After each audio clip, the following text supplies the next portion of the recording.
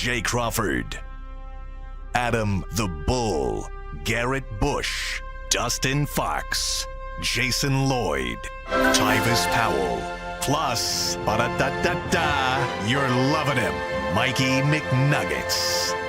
And so many big names, it would take me hours to say all of their names.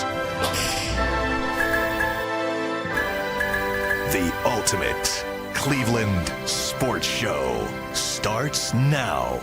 Booyah! Well, Team Money, Tyvis Powell is not in the building, so He's burning up 71 somewhere. we got the hip-hop Dalmatians rolling. Jason Lloyd, G. Bush, rocking and rolling. Earl, we got a great show planned for you. Earl behind the glass, and Director Steve, we cooking. Facts, man. Hey, let's go ahead and get to it, man. Today's episode of the Ultimate Cleveland Sports Show is brought to you by Game Time. Download the Game Time app, create an account, and use code LOCKEDON for $20 off your first purchase. Terms apply. Download Game Time today. What time is it? Game time? Yes, indeed. Yes, indeed. Well, listen, today's show. You, my good sir, we saw you yesterday. Yeah. You were golfing. You pulled up. You was in your Avon Lake attire, and it must have been lucky because y'all pulled it out. I mean, I was on the winning golf team.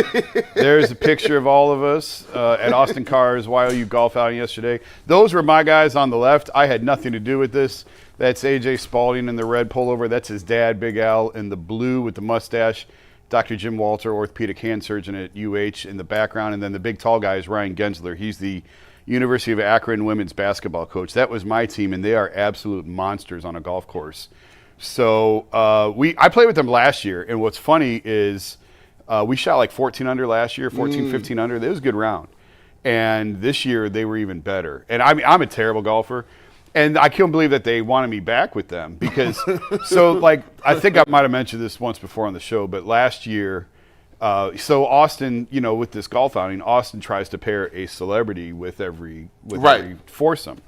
So I had to go up to Ryan, the Akron coach, last year, and I'm like, hey, I think of with you guys. And he said, are you sure? Because, like, we got our four. And I had to say, no, I'm your celebrity. And ain't nothing say celebrity like having to tell someone that you're a celebrity. If you got to say it. You ain't no celebrity. They supposed to immediately be like, oh, that's what's up. I know, right? Yeah, they're like, yo. And they're like, oh, cool. All right, well, come on. Well, that's what's up. I will say this, though. Out of all the other celebrity, I bet you tell a better story. Oh, we had some fun. Yeah, we were telling stories. He got you got all the tea. So yesterday, so they do this thing and they I mean it's father and son-in-law, and then Ryan's a family friend, and they got this thing, birdie bumps. So every time you make birdie, you got to do a shot. They had a bottle of bourbon, like nice bourbon there. My man, we shot 18 under. We birdied every hole. Listen, he was like, hey, listen, no pressure, but I need you to birdie this. I got to drive. I mean, we got about 4 or 5 holes in, and I'm like stumbling a little bit. I'm like, guys, this can't continue. We can't. I was rooting for par. It got so bad. That turned into an old college shuffle. So we eagled 2 holes. We parred 2 holes. We eagled 2 holes. And we birdied everything else. But luckily, they ran out of liquor. There you go. We emptied the bottle. I was able to get some food and was able to reestablish. I made 2 putts, maybe 3 all day. That's it. That's the only thing I contributed to this. How far away was they? Were legit. They were probably 15-foot putts or so. Hey, when you listen, this is putt golf guy. When you make but it's something to be said for a long putt that go in. Oh yeah, it changes your whole life inside. I made the first 2 putt. I made an eagle putt and I think 2 birdie putt, the first 2 or 3 holes. And so I'm so bad that you always send the first one up first because at least maybe then he ain't gonna make it, but he can give you the line. Right. So if you think it's right to left, let me line this up. I can at least get the right speed and show you no, it's actually left to right or it's right at or whatever. Yeah. That's my only job is you are so bad. At least try and give us a good line on this.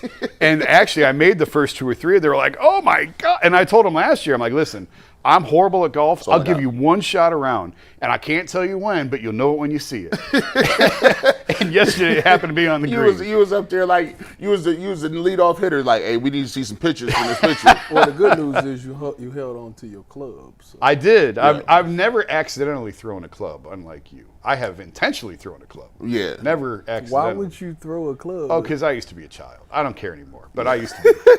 I used to throw tantrums. Tyvis, you know what's up, bro? Is that the St. Patty's Day Cleveland joint? No. I thought it's the Green Sea, right? You see that? So Calm and Cozy. And I thought that was my boy Calm and Cozy. Shout out to them. They gave me this hat to rock, and I was like, man, that hat fire. Yeah, it is. So what he did was he put a bunch of different things on the hat that like all has to do with Cleveland ties. Steve want to know, is that chronic on your hat? No, that's a maple leaf. My question because they said Ohio, Cleveland, they call Ohio like the Forest City, Cleveland the Forest City. So he put maple leaves on there. Now, my problem with this is, and my question is, and Steve need to cut it out. Where is my hat at? Tyvis don't get no hats. Tyvis don't get no hats without me getting no hats. I need you the next time. You need to be like, yo, I need a care package underneath Tyvis. Like, pause. I need that same delivery. You like the hat? Yeah, I said, what is that? I gotta holler at him. I gotta tell him to send my boy I said, hat. listen, man, shout out to, he didn't know. It's no problem. You didn't know. It's the rules and regulations, man. Earl, man. Hey, man. Hey, listen.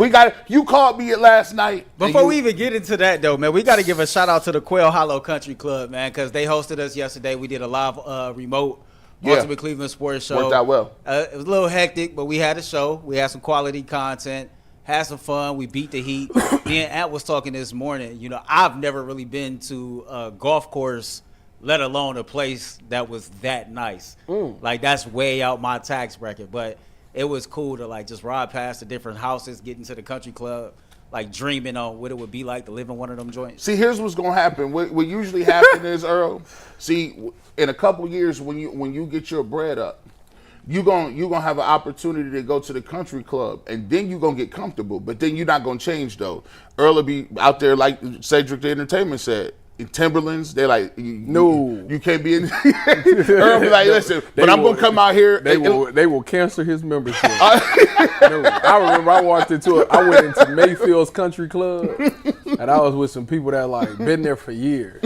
I walked in like this. They looked at me. He said, you know what, listen, I got a polo out in the car. I'm going to go grab it.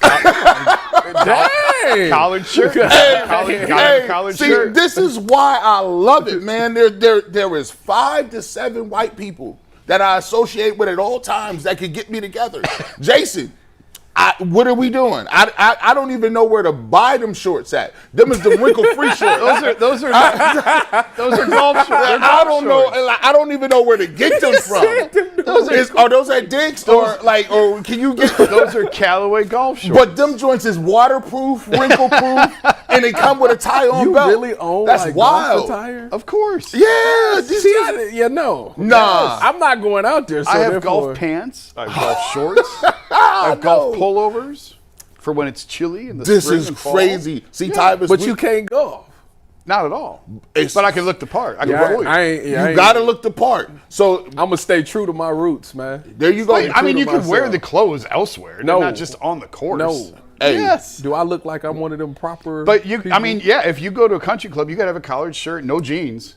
You get tased on sight if you show up in jeans. Hey, you know what? Me, Tyvis, and Earl. We're gonna look for a country club. No, but y'all gotta really break the dress code for it, break it down for us, because we might show up and we think we good. We got the Jordan sweatsuit on. Like, this the Jordan sweatsuit. What you talking about? Nah, I'm showing up in some like Nike sweat shorts, Oh. all grind, no sleep t-shirt. Oh man. So when did you go to where did y'all show up in yesterday? Oh, I was in G. Bush attire. This, you know what it is. We was both in, what do you mean? Looking like a creeper? So you didn't have a collar shirt on? Man, I threw a little panda polo, but the bottoms, it was business casual up top. At the bottoms was I wore totally a Tommy loose. Hilfiger polo. It was literally. Okay, so y'all definitely had the polo. All Yeah, we had a polo. I had the polo. Yeah, I had a polo. But He said he had a pullover on. He got a collar. There's no chance Bull had a pullover on. no, absolutely not. He had a bowling shirt. he had the Fred Flintstone. He had the Fred Flintstone. But I guarantee you, Jay had a golf shirt on. Oh yeah, no. Jay might have probably had two fit on. right Bro, in. this dude, Jay comes in the Memorial Foundation button up. Like, you know the button up they give to the directors? See, I like, was- that help raise. They're like, where did you I get was this man the expecting you button to up? say he walked in looking like Carlton off the Fresh Prince. Nah, he ain't had a Polo sweater. with the sweater He ain't had a tied sweater. over the top. It's 90 degrees out there. He came in very tan, very tan. You can tell he was on the boat. He had no socks on, as usual, per usual in the summer. But he was in J gear, man. All right, man, let's time to jump into it, man. We got a lot on this rundown today. We got Chris Herring of ESPN joining us at about 12:30. We'll talk about the Cleveland Guardians at some point, but we get started with the Cleveland Browns after a word from FanDuel. Summer sports are in full swing, and whether you're all about baseball under the lights, golf on the green, or high-stakes soccer action, FanDuel is the best way to make every game more exciting. You're always following the action, so why not make it a little more thrilling with FanDuel? You can get in on the game while your friends are getting sunburned at the beach. I've been using FanDuel to track my favorite matchups, and the app keeps it fresh with new daily promotions and fun ways to bet. New to FanDuel, new customers can bet just $5 and get $150 in bonus bets if your first bet wins.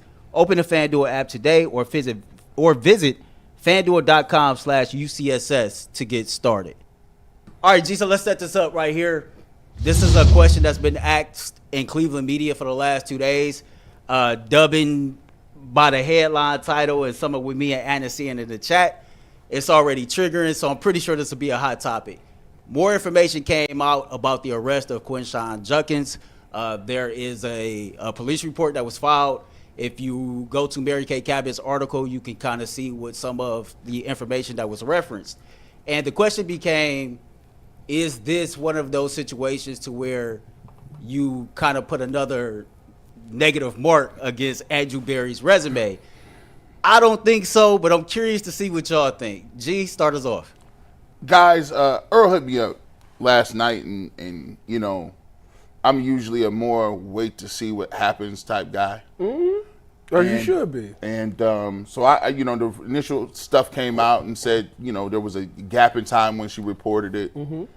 Then the article that Earl attached to the Akron Beacon Journal comes out, and there was a few things in that article that really stood out to me. One of the things that really stood out to me was the fact that she did admit that she felt bad about it, but once her friends and family saw the way she looked, because she had visible bruises and had visible, physical harm done, that they had to tell her, nah, we're going to press charge. We got to go to the authorities on this. And for me, as looking at these details, he's in some trouble. Yeah. You know, a lot of times there could be a gray area, Jason, where, you know, we've done this a lot. We've talked about Mike Hall Jr., obviously the Deshaun Watson thing. Now it seems like a rite of passage that when these things happen, you have to be able to speak to them. And out of all of those cases, to me, this one looks the worst. And there was no really red flags. So I'll start with you, Jason. In terms of the red flags, Andrew Berry and Quinshon Judkins, can you specifically put it on Andrew Berry, or is this just something that you have no control over and you just hope and pray that whoever you sign doesn't have this stuff happen to him? Yeah, Quinshon Judkins is a grown man. Why are you blaming Andrew Berry for Judkins' actions? Like, I don't understand that. And listen, there's plenty of things if you want to ding AB for. You can put the Deshaun thing. Malik McDowell had a long history when they signed him, and then he goes off the rails. That shouldn't be that surprising. Perrion Winfrey had a long rap sheet. He was taken off NFL teams' draft boards. Not surprising when he goes off the rails. Judkins was clean. As far as I know, there was nothing in his background from Ohio State or from when he was in the SEC. So how are you supposed to know? Like, you got to take somebody. And do you blame Chris Antonetti for Luis Ortiz throwing games if that's what he was doing for the pitches and the whole gambling thing? How are these guys? Like, allegedly. Allegedly, thank you. You do your work and you do the background check. And if it comes back clean and there's nothing there, what else are you supposed to do? So now it looks bad when you lop it on top of everything else that he is responsible for. That's what makes it, I think, so aggravating and frustrating. But in a vacuum, I don't know how you can look at this and say this is the Browns' fault. This is Quinshon Judkins' fault. And the Mike Hall thing was really bad last year. That was really bad. And I know she recanted part of it. I was in that courtroom, because it literally was right down the street from my house. So I went and listened to the hearing and listen, she recanted, fine. There's a lot of stuff that went on in that house. Anyone who's in that courtroom can tell you that. So I don't know if this, I don't want to, they're all bad. I don't want to start putting them on scales. Right. They're all bad. Her face was busted up in this instance. There's pictures of it. The police saw it. What I read the police report yesterday while we were golfing, while I was on the golf course, I got a copy of the police report. I was reading it. And I was telling them, I'm like, this is not good at all. She's got marks on her thigh. He hit her more than once. And didn't she record it? According to the report. Right at the time, she took pictures. She had pictures immediately. Yeah, and people want to push back on the 5-day thing. Guys, man, this is real life. This is what happens. Yeah. But to deny that anything happened at all is ridiculous. There's evidence. There's proof. And he hit her multiple times. Hit her once in the face, according to the report, and then she's got bruising on her thigh and on her arm. So this is really bad. This is we could wait a couple of days. I haven't said anything about it. I haven't been on the show. I haven't written about it because I wanted to wait for the police report to come out. And when I read the police report, it's like, okay, we now have the more information. Yeah, and it's not good. Tyvis, I lean on. I try to give everybody the benefit of the doubt. There's times where I've been vocal about having two sides of the story. But for me, I seen this and I said, oh, no, we can't do that because when you look at the evidence and you look at it specifically, it just does not look like this is something that's copacetic. Can you really blame Andrew Berry for taking a guy when he had no character issues? Like, as far as we know. Now, if it comes out that he had some stuff and they ignored it, okay. But is that on the general manager? Is it on the general? Well, this is the thing. All right, so all NFL teams, this is $1 billion industry, okay? So they have private investigators. They do due diligence on all their players. You got to go and make sure. I'm talking they going to go back and ask your middle school teacher about how you was. That's how thorough they do this. And if he came back clean or they was comfortable enough to say, you know what, we don't see too much. He's coming from Ohio State where I know that the Mike Hall thing happened, but outside of that, it hasn't really been, when you think about Ohio State, you think about some high character guys. So much that's some of the times that some of the alumni are upset about that. They got too many nice guys out there, too many high character guys. And when you think you're coming from that program, you're getting a product out of that program, and you see how nice those guys are, you would never suspect that somebody would do something like that. And I wouldn't necessarily put it all on Andrew Berry. I say all that to say I wouldn't put it necessarily all on him. However, there was something that you missed, clearly. There's clearly something. That's why over the draft process, there's a bunch of buttons that people push. You meet with coaches, you meet with scouts. They say crazy things to you just to see how you react, just to get to know you a little bit more. And somewhere in that process, it was overlooked. We missed it. Now, I think when I read this, it has something to do with she got off the plane, something about text messages from another dude or something like that. Yeah. And it's the same thing that happened like with Mike Hall, where it was like the woman that he loves or he's with seems to be allegedly doing some side stuff. And as a man, that triggers you when somebody is messing with, your woman. And I think for him, this seems like one of those cases where he just snapped. And the problem is when you snap like that, you don't think about the consequences that come after. You just living in the moment. And it takes a lot of maturity to be able to stop, think about everything, then act on it. A lot of people just react. And for him, he just kind of reacted. If this is true, what he did, and if the police report is correct and he struck her, yeah, it's gonna be slow. Let me ask you a question. I don't want to put you in a predicament. And I hate when it's a Buckeye. I hate it when it's anybody. But when it's particularly a Buckeye, especially one that I've done business with. I was just gonna ask you. Like he was cool. When you at the time, because I believe you were. I ain't gonna put it on you like you was the reason he came to Ohio State. I ain't had nothing to do with that. Yeah, but I had nothing to do with that.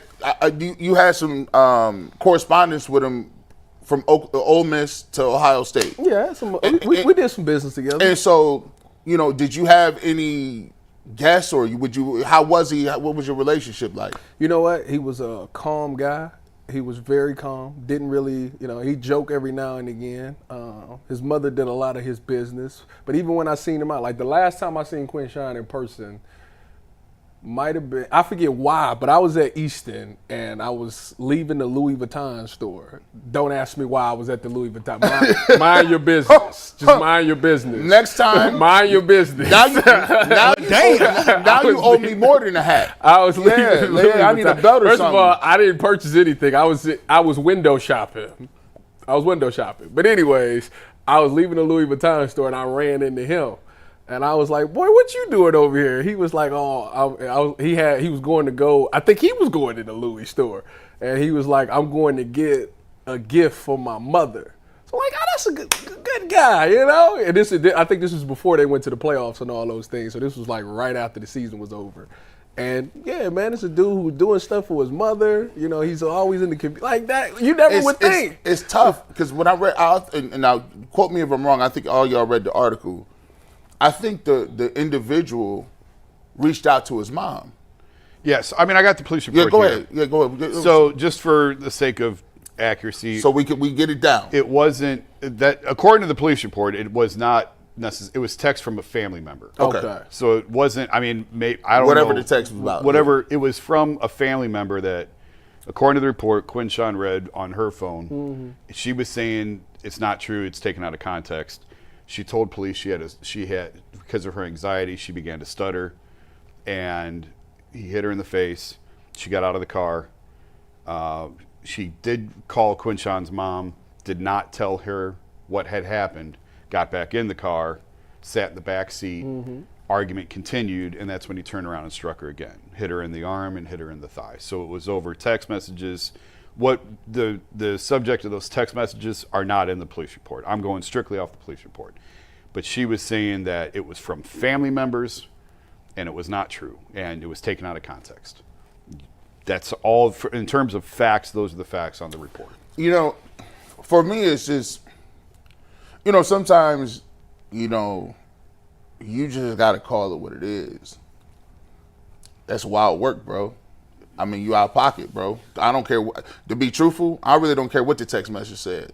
Text message could have said, I don't know, I think G. Bush is the ugliest person in the world. But that's false, huh? No, it's definitely false. That's definitely false. But my thing is, at that point in time, I know things can get hot and heavy and heated, but you gotta protect your peace, and you gotta understand, why would you work your whole life to get to a point when you at the doorstep? And I told Earl when he told me, I said, first and foremost, I'm like Avon Barksdale. What you playing these away games for? Like, it's 2 weeks before camp. It's 2 weeks before camp. All that sightseeing, hanging out stuff, I'm about to go down there, we gonna celebrate. No, bro, you're supposed to be locked all the way in. You ain't even signed your deal yet. Well, this is the last vacation time. He picked. I just want to make sure we throw that out there. A lot of players take the. Yes. You get 6 weeks off, and that's it. Like, you're locked in for the rest of the season. So over the course of that 6 weeks, there's a lot of working out that goes on. But there is about one more family vacation that you're going to take, because everybody understands that once you check into camp, it's done. Yeah. You're done. So I'm not faulting nobody for taking a vacation, because on a vacation, although you're on vacation, there's still weight rooms, there's still fields and all those things and all those. So Therefore, go ahead with your. Go ahead. Now, I just wanted to listen, make sure I threw that out for there all so the everybody knows for all the family why people- he was on vacation. For all the family members and family men that go to vacation with their kids and don't do nothing crazy, that's awesome. I just don't know why in this situation with him, it's tough to put yourself there, but bro, you got to think. I mean, the fact that you have not even signed no contracts, it would be the first thing in the back of my mind. Like, hey, and on top of this, kind of spinning this back to Andrew Berry, I think the thing that hits a little different is they let Nick Chubb walk. And it don't go on Andrew Berry, but your record is your record. At the end of the day, you're the leader. You're the guy who chose the move. And when they evaluate you, for better or worse, this is going on your ledger. And it also makes it a little more sting to it because you had a guy like Nick Chubb who has no character issues. He wanted to stay here. Now he's going to the Texans, and I'm looking online, and a lot of people are saying, look, you went and got 2 new running backs, right? You was going to replace him. You used the high one on Judkins. Hopefully Dylan Sampson is ready to go because it looks like he might be suspended. But in general, a lot of people are saying, how great would it be to have Nick Chubb in the fold at this moment when it happens? I can't blame him for it because I like Judkins coming out of school. I thought Judkins was one of the best running backs. I didn't hear any issues with Quinshon Judkins. It's just, that's just what it is. Your ledger is your ledger. That's the aftermath effect, though. Like, that's after everything that happened. I still understand. I don't agree, but I still understand why the Cleveland Browns chose to move on from Nick Chubb. I understand that. You're talking about a guy that's coming off of 2 years of injury that hasn't finished the season, and there's no guarantee that he's going to get back to what he's going to be. Then on top of that, he's approaching 30. So like that, I understand those things. Like, for people to sit there and be like, I don't know why. Like, yes, you do. Like, yeah, you do. Now, don't get me wrong. I love Nick Chubb. I wish Nick Chubb was still here. I wanted him to retire as a Brown and all those things as well. Yes, he's the perfect locker room. I at least would have brought him back for a mentor opportunity. And then, boom, if he would have been here, we would have landed into the situation where, bang, he would be potentially your star running back again. But I also can't fault Andrew Berry and everybody else over there for not bringing him back for the reasons that I just mentioned at the beginning. Like, there's a lot of risk of bringing him back. And a lot of people say, well, it wouldn't even cost him anything. What did he sign with the Texans? It didn't even cost anything. At the end of the day, they believe that they wanted to give Quinshon and Dylan Sampson the majority of these carries, and they didn't really want to split them too much. They wanted to watch these guys grow as the season went on, and bringing in Nick Chubb is stunting the growth of those other 2 guys. Yes, he could be a wonderful mentor, but he's going to take some reps from those guys, some meaningful reps that could help them become better later in their career. So I understand it from that standpoint, and I at the end of the day, like, yeah, right now, hindsight, yeah, it looks bad that they didn't bring Nick Chubb back and Quinshon went out allegedly and did these things. Then, yeah, now it looks bad. But at the end of the day, you drafted 2 running backs. You got Dylan Sampson. I think you still got Pierre Strong. And you still got Jerome Ford. So you still got three backs. I personally don't think you can mark this as a negative mark against Andrew Berry because, like everybody said, Quinshon Judkins is a grown-ass man that made a poor choice in judgment. He made a bad decision. Andrew Berry can't, be in his presence 24/7, and you can't really account for what other people do. But this is what I tweeted earlier this morning because I'm hearing this conversation, and cognitive behavioral therapy is something that I've been through twice. My parents actually forced me to go when I was like 15 years old. And I said, I believe this is something every man needs, especially this younger generation. He made a bad decision, one that's going to cost him on the field, in his pockets, his reputation, and in his peace of mind. The good thing about situations like this, you get an opportunity to redefine and redeem yourself. I always come from an angle of this is much deeper than your profession, right? Because you hopefully are going to live longer than what you play in the NFL. And when you operate like this and you can't control your emotions, like that can get you dead, in jail, or just in the worst situations, period. But I can get the emotional frustration, But trying to attach this to Andrew Berry, I just think that's flat out wrong. It's just unfortunate the Browns continue to have bad luck. It's like every time we go shoot dice, we crap out, no matter what. You better stop shooting. You better stop shooting the dice, then. So everybody is, everybody, I think, to a general consensus is that we can't really blame Andrew Berry. Andrew Berry picked the guy. He's the one who did the bad act. You can't really get down to it and just put that on another person. He didn't go out and put hands on nobody. So, but let me ask you this. In terms of the overall thing, you said something, Jason, that it's not just this incident, it's piling up. Yeah. And the Browns may not be good this year.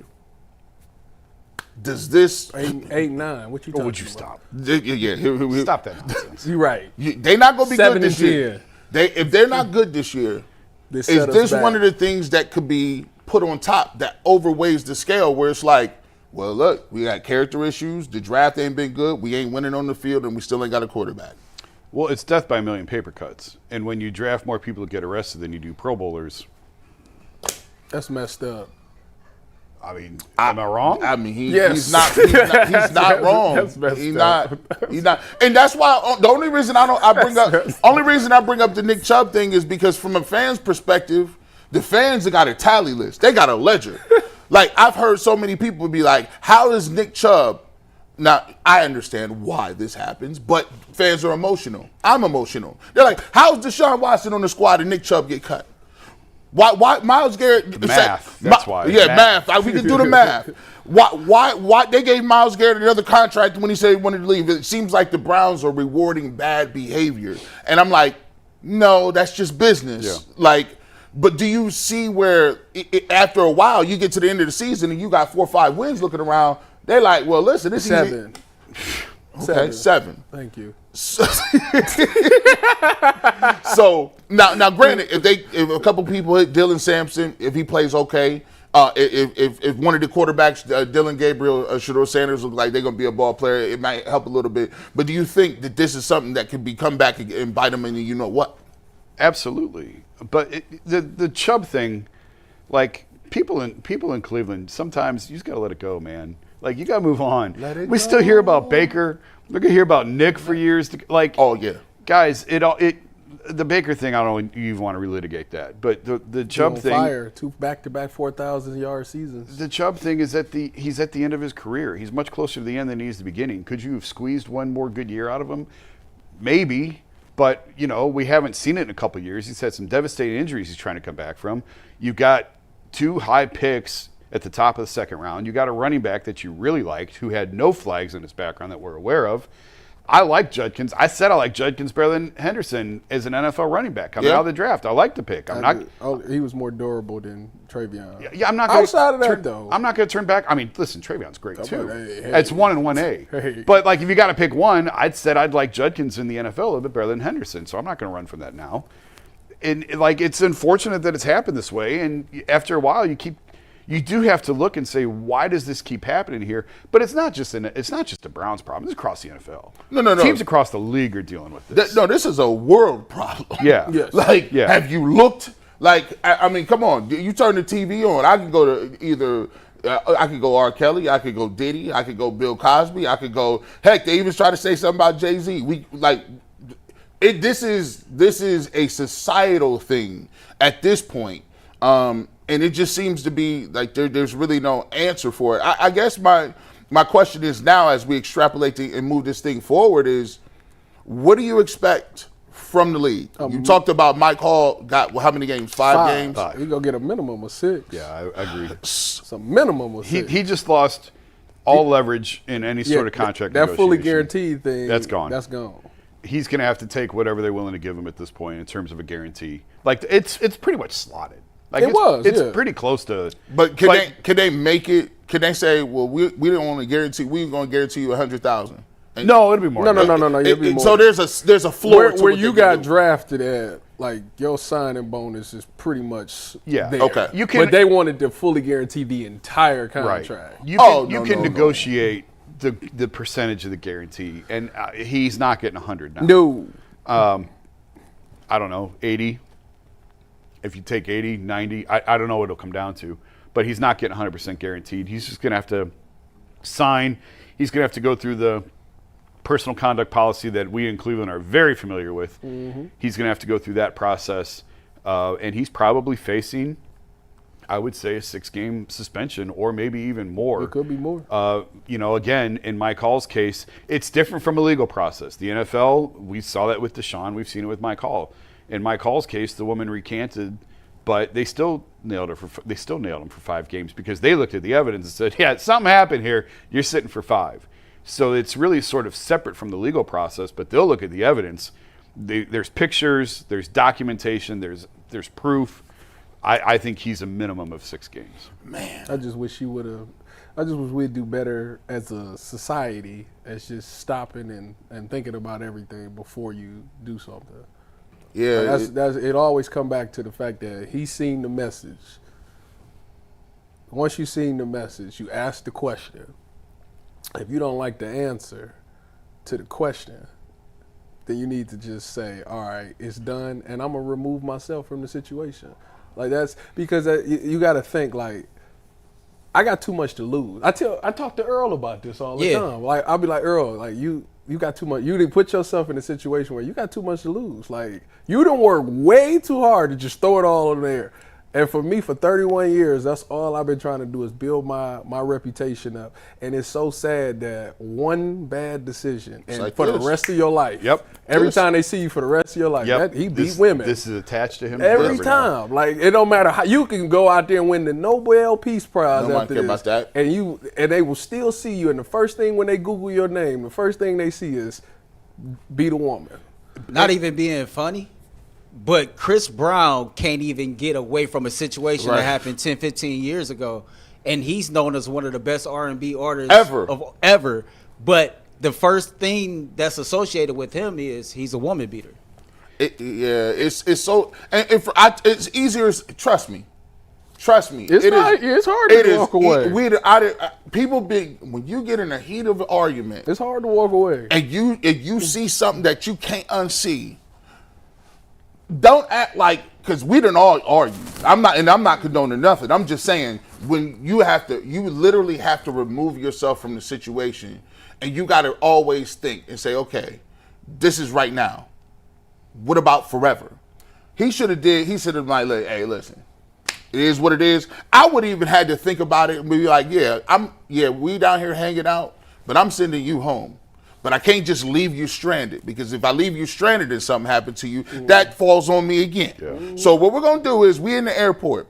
I'm going to get you a one-way ticket back to the crib. You going to here it is. Matter of fact, I go to the counter and get that taken care of. There you go. Don't be following me. It is what it is. We need to cool off. And then exit stage left. But sometimes, man, people just, their emotions get the best of them. And I feel bad because, his mom is like, I raised you different, and we worked this hard to get where we at. And also, I mean, you're what? You're 45? Yeah, 43. 43, and you're 31. I'm gonna be 49 in a couple of days. Like, we're a lot smarter now than we were at 21, right? I mean, I got into situations like this. I had an ex-girl that came over and slapped me in the face and trashed my place, and you know what I did? I walked out. Good on you. I walked. There ain't too many dudes at 21, 22 that'll do that. It was so hard.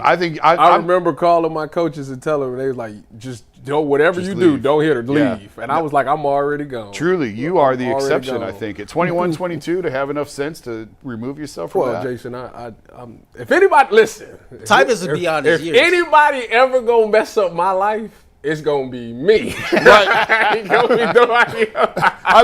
I tell people, hey, I done been divorced a whole lot. I tell people, listen, you gonna get your parting gifts. I be going through extra. Let me note to self. I be taking pictures like it's a dash cam. Hey, now listen. Now let me see. You see her right? Ain't nothing wrong with her. She's just emotional right now. Ain't nothing happening. Ain't nothing. No. Listen. You can see me. I am walking to my car. As a matter of fact, here go $25. She said she want to get an Uber somewhere. I did not detain her. I had nothing to do with that. No, that's not what we getting down with. So but unfortunately, I hope he gets some, the counseling and help the situation he gets. And at the end of the day, I feel sorry for the victim because we talked a lot about him as an individual because he plays for the Cleveland Browns, but she didn't ask for that, bro. Yep. She didn't ask for that. So, and that, at the end of the day, that's out of pocket. And we have to do better by our women. You got to do better. Like, you know, if men, you're going to be leaders, you got to be real leaders. And sometimes being a leader is doing the hard thing by walking away and say, I'll live to fight another day. You know what's scary to me? I got a 17-year-old daughter that's about to be a senior that's about to go to Howard for college. She's a young lady that's beautiful, ambitious. And young men don't like the word no. They like to slap you up, call you out your name, even kill you. If you don't even want to do something as simple as give them your phone number. It's scary. Like, as a father, as a young lady that's about to enter being an adult, it is scary because I can't protect her from everything.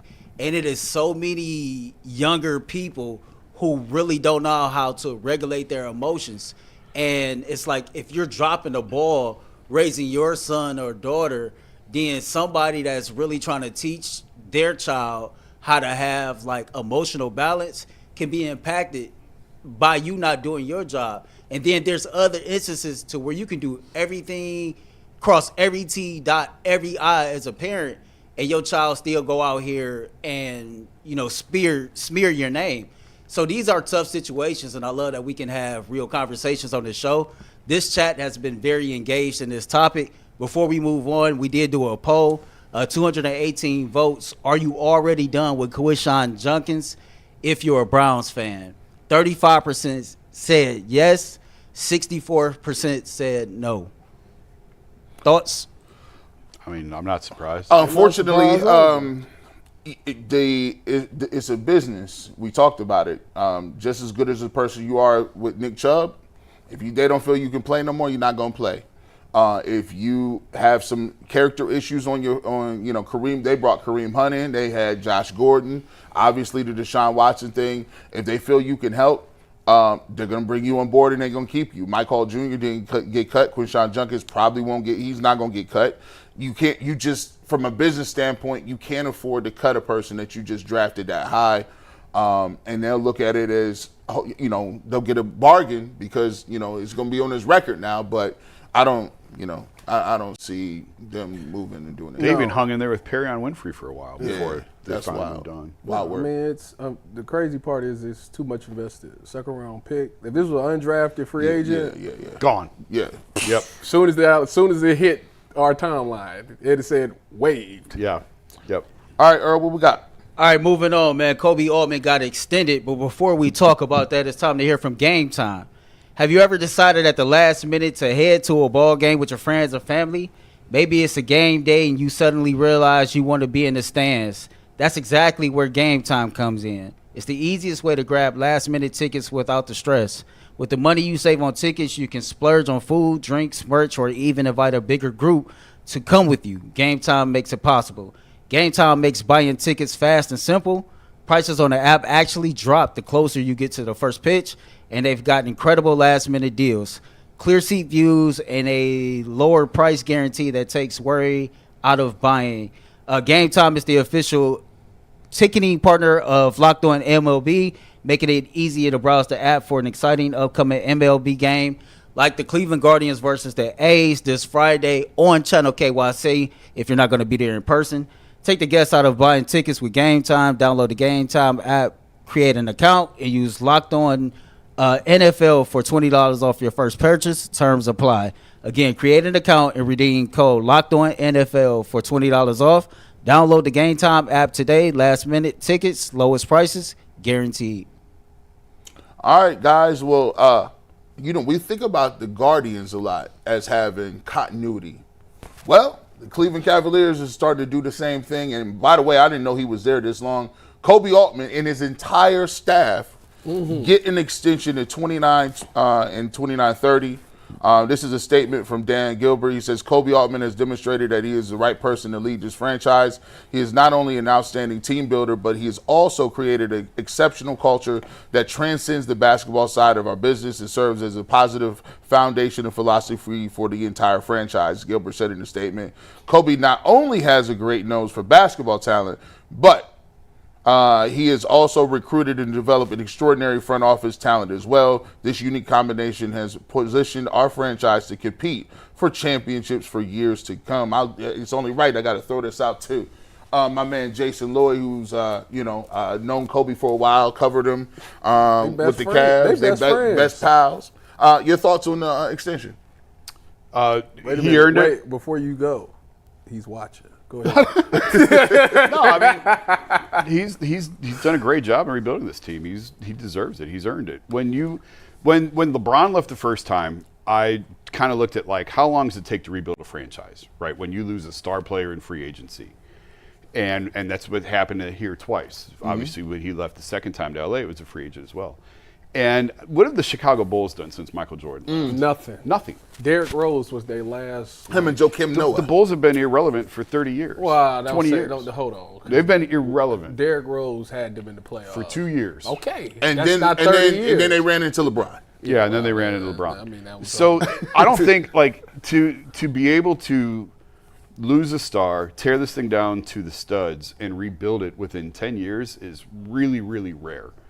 And he's done a great job of doing that. And they've done it through trades, drafts, and free agency pick. Like, they've kind of hit on all three. Obviously, they nailed the Mobley pick, the Garland pick. In free agency, they were able to get Max Strus to come here. That's a big thing that, like, at the time, I remember thinking and writing, like, hey, that's a big deal. Because Cleveland, for years, the stigma has been you can't get free agents to come here. And Max filled a big need, and at the time was a pretty big name in free agency. And so to be able to land him and get him to come here, they've developed talent on the margins. They may be doing it again with a guy like Naquan Tomlin.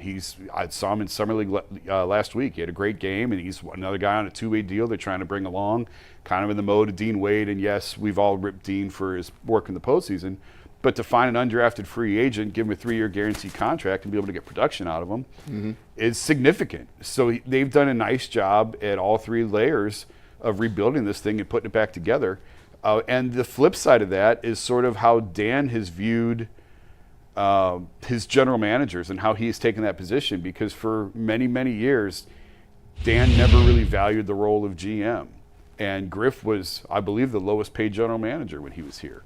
And again, we're going back to before Dan had a lot of his health issues, but throughout the course of his time as owner, Danny Ferry made a ton of money and he had a ton of power. And then Ferry was fired.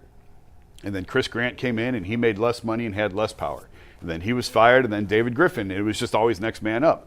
And Griff came in, made even less money, had even less power. And with every guy, he sort of stripped away another level of power and stripped away another zero on the check. That was just one area that I never really valued. And then obviously Kobe came after Griff. And then Dan has the health issues, and I know it's sort of reshaped how he runs this organization. And Kobe was the first one to get an extension. I think he's now gotten 3 extensions from Dan in terms of that role. So he's moved up to president. Mike Gansey obviously had moved to GM. That was a few years ago.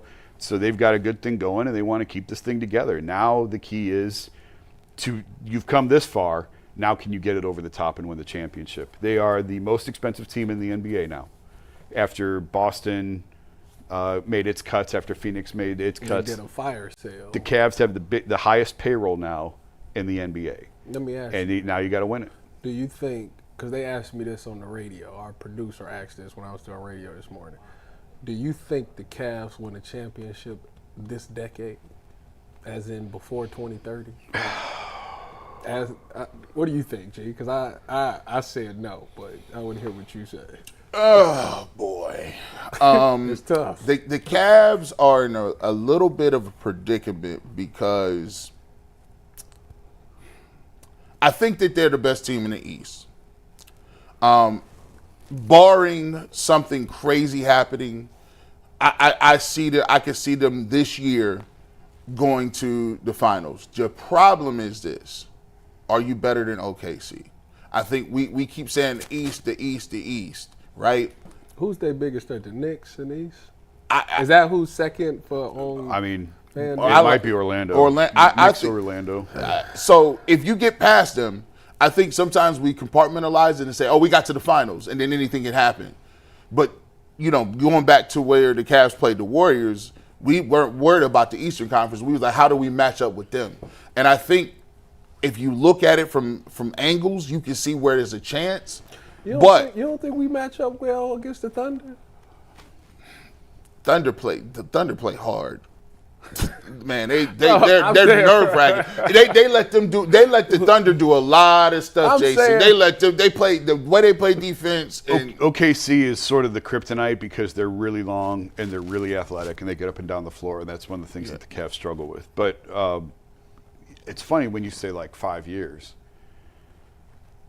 This team is going to look drastically different 2 years from now. Yeah, it's a 2-year window. Technically, yes, because they're not going to be in the April. And I'm kind of working on a piece now on this.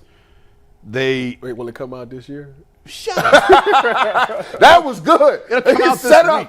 It'll come out this week, maybe. That was good. They're a second apron team this year. Okay. They could get out of the apron after this season. Prior to next season, it's going to take some maneuvering. They would have to get rid of one of their core 4 pieces? They would have to probably trade DeAndre or Max or something. And I'm not talking 25-26. I'm talking 26-27. Okay. They would – I think the Lonzo contract was sort of a piece to help get them out of the second apron if that's the route they want to go. So you could be in the second apron for 2 years and still be okay. It's the third year where they really nail you. But the draft pick, the 2032 draft pick will be frozen now. So you can't trade it because they're a second apron team. So that pick has already been frozen. So it's really a 2-year window, and they may have to, if they want to get out of the second apron after this season, then that would require significant changes already prior to next year. But then after these next 2 seasons, then Donovan's up, and the next contract for Donovan is over $65 million. Is where that would be the starting point on a new deal for him. So they've got. How old is he? 29. So he'll be 31. 29. He'll be 31, 31. That's still good money. Ty, I'm going to say. So when you say 5 years, it's going to look a lot different in 2-3 years from now. I'm going to say. Here's what I'm going to say. I'm going to reluctantly say no. Reluctantly. Okay. Because I do think they got a puncher's chance if they can get to the finals. Well, and if they got some growth that. Mobley has some growth, and then Darius Garland has some growth in there. I think that the hesitant part for me is that's why people, when they say, why are you clamoring for LeBron, you always talk about him. And I'm like, well. Oh, LeBron come back. That changes a lot. Because it's not so much the skill, it's the know-how in that spot. Mm-hmm. You see what I'm saying? Yeah. Like, that's what you're paying the premium for. It's the know-how in that moment to get the most out of said guy here, or the pass that I needed to make right here, or the cryptic message that I'm gonna send to this guy. That kind of stuff annoys people, but it works, to be honest with you. But as constituted, they got a good shot. I'm gonna reverse the question and give it to you. Does this contract mean that Kobe Altman is an elite general manager? Yeah, I mean, elite. I guess elite. What would be your definition? Yeah, like that. You probably got to win a championship. Yeah, I'm about to say, how can you be elite without a champion? I mean, you know what's interesting about that is, like, so I talk to a lot of these guys about this. When you get like one shot at this, unless you win a championship, unless you're a former player. If you're a former player, you can get multiple jobs. Mm-hmm. If you're not a former player, if you get a GM job, you get like one shot at this, and that's it. It's rare to get a second bite at the apple unless you win a championship. And we saw that with David Griffin. Griff wins a title here. He's able to go to New Orleans, and he gets a second job. I don't know if Griff's going to get another job now as a head guy. I don't know. He does have the title on his resume still. So I say that only to say that, like, how do you define elite? And what's the definition of elite? He's very, very good at what he does. So Sam Presti, right? I would say, when you call him elite before he even won. See, you see how you said it was no hezzy? But he was the way he did. He mastered the trade. There it is. He got there it is. a ton of first round. There picks. it He got is. like 3 first round. He got what? He got like 15. He lost Harden, Durant, Westbrook, Paul George, Chris Paul. But all of that led to him SGA. All that led that, and he still got the picks, and he still got hit the on picks. But in a way, I mean, Sam did it. Sam stockpiled a ton of draft assets through trading his stars. Mm-hmm. Kobe's star left as a free agent. He didn't get anything for him. Yeah. So when you look at that, well, he had one star he traded. But you got to first year on the job. oh, get out of here with that. What he did? Here's the thing too. They actually got, and you have to. I think this extension came about because he did roll the dice and he did trade for Donovan Mitchell. Yeah. And then he got him to stay. Yes. That was a huge gold star in his column because, I mean, we talked about it for years. I wrote about it. The whole league was convinced Donovan was leaving. And had the Knicks not made some of the moves that they made, maybe this turns out differently, but that doesn't matter because the Cavs knew the risks. They made the deal.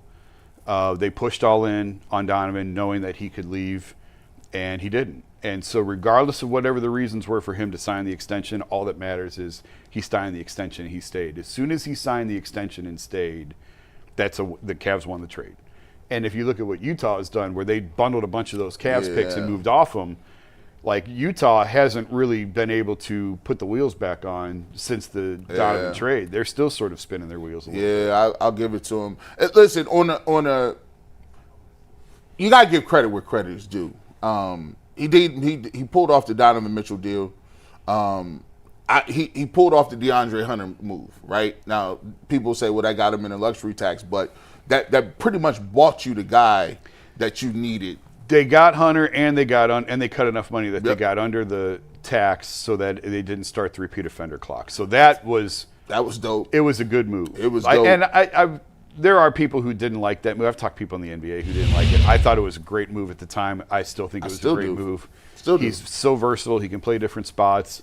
Now, we'll see after this year. Again, it depends on what their priorities are. If they want to get under the apron, they're going to have to make some decisions after this coming season. But that's for down the road. We don't have to worry about that right now. Yeah, he's done. Listen, he's done. And by the way, I threw this out, and I was talking to this was when Bull was on.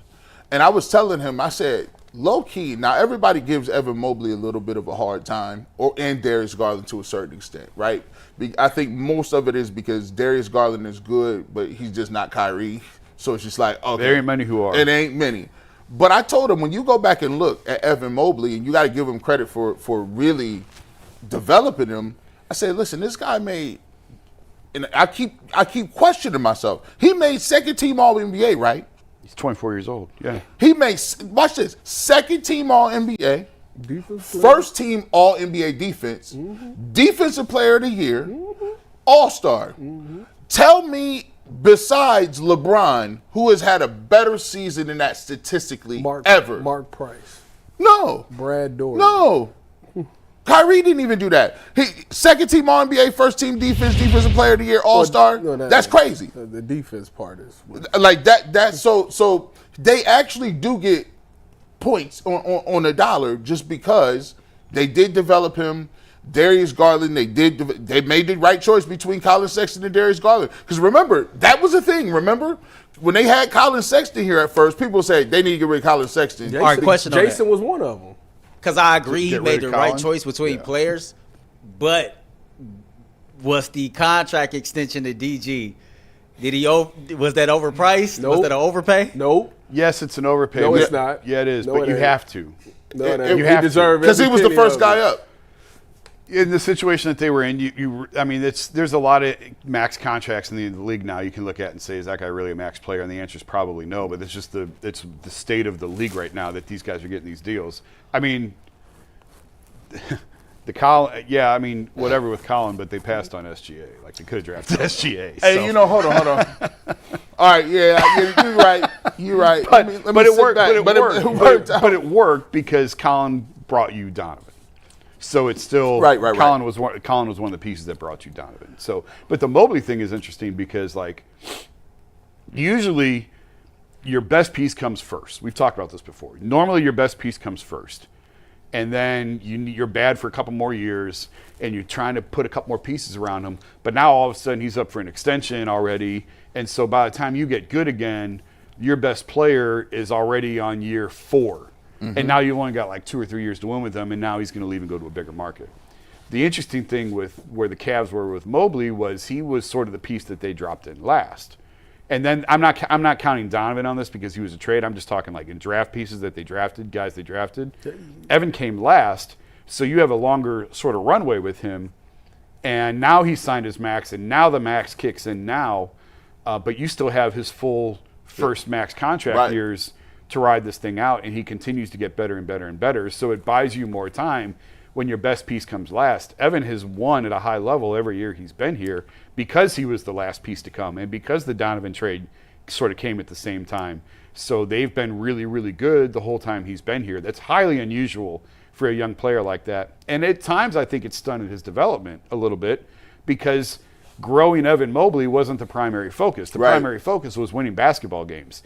And that's really unusual with a young player with a high ceiling like that. A lot of times you're spending his first year or two sort of force feeding him. You're going to lose games, but he's learning.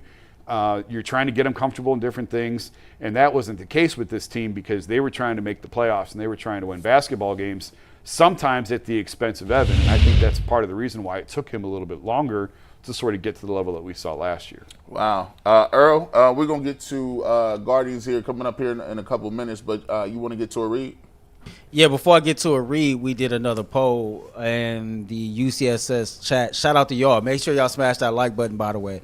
Do you like the Kobe Altman extension? 81% says yes. 19% says no. 247 votes. Why would you not like it, though? I don't understand why people would not like it. Well, His contract doesn't count against the cap. You're right. It's the backlash. Well, just judging by some of the comments, some people feel like Kobe has been mediocre. That's insane. Is that what they saying in the comments? I mean, I seen one or two. That's insane. I mean, again, do you know how hard it is to rebuild a small market team in a cold weather climate where free agents don't want to go, and to build that thing to lose? Like he lost LeBron. He lost Kyrie and LeBron. And like, I think some people. Well, he did. He did. Go back and look how long it took the Celtics to, back when Larry Bird retired, how long it took them to be significant again. When the Lakers lost Magic, Paul Pierce and how Kevin long it took Garnett. them. The only franchise that has flipped this quickly, because I did that when LeBron left the first time, I did all this research. Miami. No, Utah. When Utah lost Stockton and Malone, they flipped everything, and they were back in the conference finals like 4 years later. That's when they stole Carlos Boozer from Cleveland. Oh, with Darren Williams and them. I can't believe it. They didn't win it. Right. But they were back. They were back They were back in a conference finals within like 4 or 5 years of Stockton Malone retiring, which was, and again, cold weather, small market, not a big free agency hotbed. What Utah was able to do was really impressive, and no one had really replicated that. And now the Cavs have come along. Now that doesn't count OKC, obviously losing their 3 MVPs because that happened after I did the research. But they lost the 3 MVPs. They were able to flip it, and it took them right around in that same window a little bit longer because obviously the Thunder traded Harden in them before the Cavs won the championship and had to tear it down. So to do it as fast as he's done it, he has done a very, very good job. I don't know how that can be disputed. All right, let's get to FanDuel. All right, this next segment is brought to you by FanDuel. Summer sports are in full swing, and whether you're all about baseball, under the lights, golf on the green, or high-stakes soccer action, FanDuel is the best way to make every game even more exciting. You're already following the action. Why not make it a little more thrilling with FanDuel? You can get in on a game while your friends are getting sunburned in the beach. I've been using FanDuel to track my favorite matchups, and the app keeps it fresh with new daily promotions and fun ways to bet. New to FanDuel, new customers can bet just $5 and get $150 in bonus bets if your first bet wins. So open the FanDuel app today or visit FanDuel.com/UCSS to get started.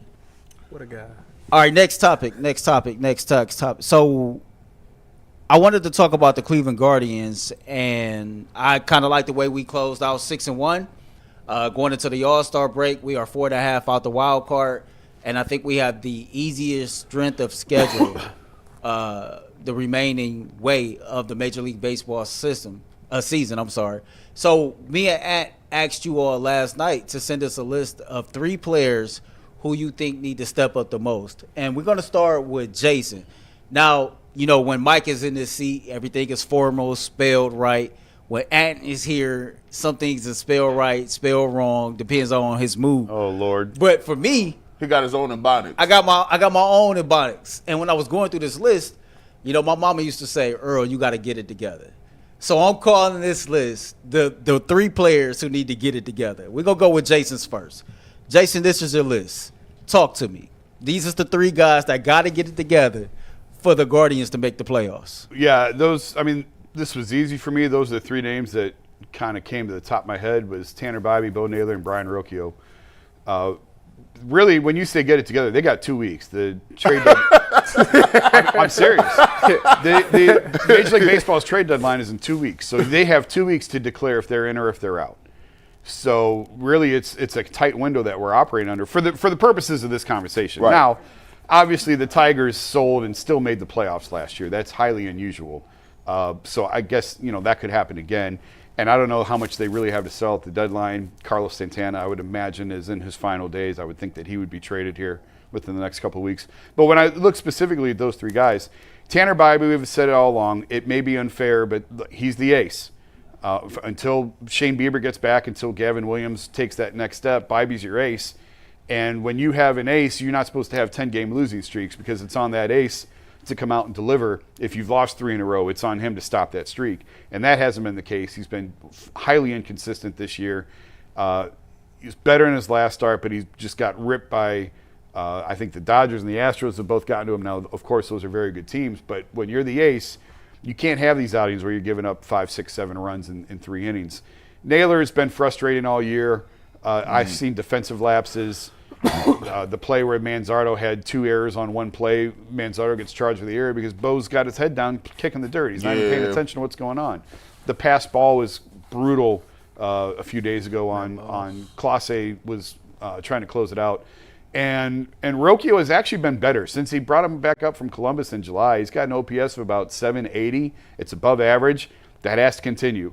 And as frustrated as I've gotten with Rocchio and a number of other people have, he's still only played about 190 games into his career. He's still very young. He's only, I think, 24 years old. So, but it's like you want to start seeing some signs of growth. Obviously, he had the big playoff series last year. Then he was terrible again for most of this year. The Arias injury opened the door for him. If he can continue to string together good at-bats, quality at-bats here, those are the 3 guys for me. It would really transform the offense if you can inject some life from Naylor and Rocchio. Naylor's got the 9 home runs. He's hitting under 200, though. His OPS is around like 620 or so. So I would love to see Bybee really sort of emerge as the guy. We've been talking about it for 2 years now. And then Rocchio and Naylor could really inject some life into the lineup. So what's up, Tyvis? What you got? All right. With your peoples. So, Tyvis, You know he sent in his gotta get it together list. I know and one of here them. it is. You know what's crazy? Is that I am really becoming a baseball expert. 'Cause my list is pretty similar to Jason, who considers himself a baseball expert. We got one name different. For the same reasons, I went with Bo Naylor, Rocchio, and I went with Kyle Manzardo. I'll start with Kyle Manzardo. The reason that I went with Kyle Manzardo is I'm fully expecting the Guardians to trade Carlos Santana at the deadline. Fully. So what that means is Kyle Manzardo should become the everyday starter at first base. And the last time we see him at first base was not good at all. So he definitely got to get it together. And I just feel like at the beginning of the season, this man was on fire. I think he hit more home runs than anybody else in baseball in the first, 2 weeks, month, whatever it was. And since then, it's just plateaued. Now, don't get me wrong, last game, he knocked one right out the park. But since then, it's just been nothing really from him. And so I think to keep this lineup lengthened and trying to make sure that we don't all the way miss Josh Naylor, he's got to step up in a big way and continue to start hitting them home runs and at least get some RBIs. Rocchio, I agree with him. Ever since he's come back up, he has played a lot better. I know Jason was done with him. A lot of this fan base was done with him. But, he's done a really good job of coming back up. I think since he's been up, I only seen him be watching personally. I think I've seen him miss one play where the ball went over his glove and he gave up a base hit for an RBI. Outside of that, he's been really good, but he needs to also get back to his playoff performances when it comes to the bat. How he was playing in the playoffs, hitting them home runs, getting them big hits. They're going to need that if they're going to try to make this push to try to make that last wild card. And then Bo Naylor.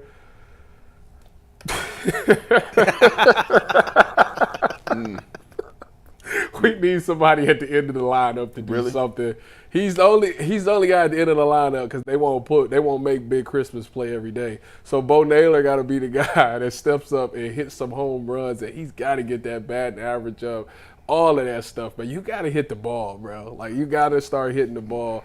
If we start getting more hits, you see how y'all beat the Astros? Because everybody started to contribute to the hitting side. The pitching was good. It might have not. It was times where guys fell off the cliff, but we didn't really notice it as much because the hitting was over there. You guys was getting hits, getting on base, hitting home runs, and things like that. And to me, the hitting has been the biggest problem of this team this year. I do hear you on the Tanner Bybee thing. I should have put him. But I went with Kyle Manzardo. Look at these baseball experts out here. Now, G. Well, hang on, real quick. I want to mention one thing off his list. Manzardo, I hear you. I like it. They won't put him in the lineup every day. He produces when he's in there. Even if they trade Carlos Santana? I think they'll bring up Kafus, and Kafus will be the primary first baseman, and Manzardo will still Wait a be minute. DH. Hold on. I think Stephen Vogt middle name is Platoon. Wait a minute. Well, no, Kafus is left-handed too. Hold on. Let me get this right. Kyle Manzardo's been playing in the majors this entire year. Yeah. He's been platoon. He's been splitting. Yeah. You mean to tell me that they would trade Carlos Santana and bring in a guy from the minors and let him start every day over Kyle Manzardo? Manzardo will still play first base. I think Kafus, if they're both in the lineup, Kafus will be the primary defensive first baseman because Manzardo is not great defensively. We've all seen that. Well, I mean, he got to work on it. I agree. You know how you get better? I totally agree. I totally agree. I mean, listen. The wild card that we 4.5 out right now. There's a lot of teams. Might as well go ahead and There's a lot of teams. Look for the future between that 4.5 gap, though. They got a lot of teams to climb over. All right, before we show G list, G, I love you like a big brother. You're always there for me. You're always looking out for me. But you struggle, man, to do the simplest things, like get simple 3 names in time. So you ended up sending it in, and we're going to show the world your real list in a minute. But I'll put together a list for you. This is G's list. This is the list. I've got to get it together. Dylon, and Dylon. If you've ever seen Dave Chappelle, you know this skit. Now, if you didn't give me a real list, we was just going to rock off this. So you want to show the people your real list, or you want to explain this list first? Listen, first of all, who's the hottest rapper in the world? Dylon. Dylon. Because I spit on fire. Yo, I listen.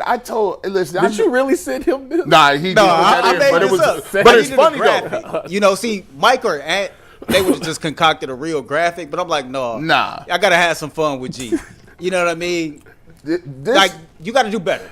It was 3 names. I sent the rundown at 8:30 last night. No, and he called me. And I talked to the man. He talked to me. We was on the phone like 20 minutes. You should have asked him. Why didn't you tell him to text you? That's usually what they be doing. Like they be. Look, I'm gonna blame it. I'm like, listen. I was like Dustin. I'm like, listen, you got to tell me 6 times, and then like just get me right. McNuggets would be like, I need your graphics. He's like, no, just come upstairs with me, dog. Just come upstairs. We'll type the graphic up. But I did get it in.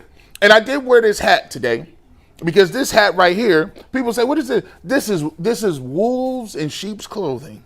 And Tyvis is not no baseball aficionado. Yes, I am. Let me show you. Here's why my list is crazy. Is John Kinsley all right, show your real list. I can't believe he wasn't on your list. That's the other thing I was going to say.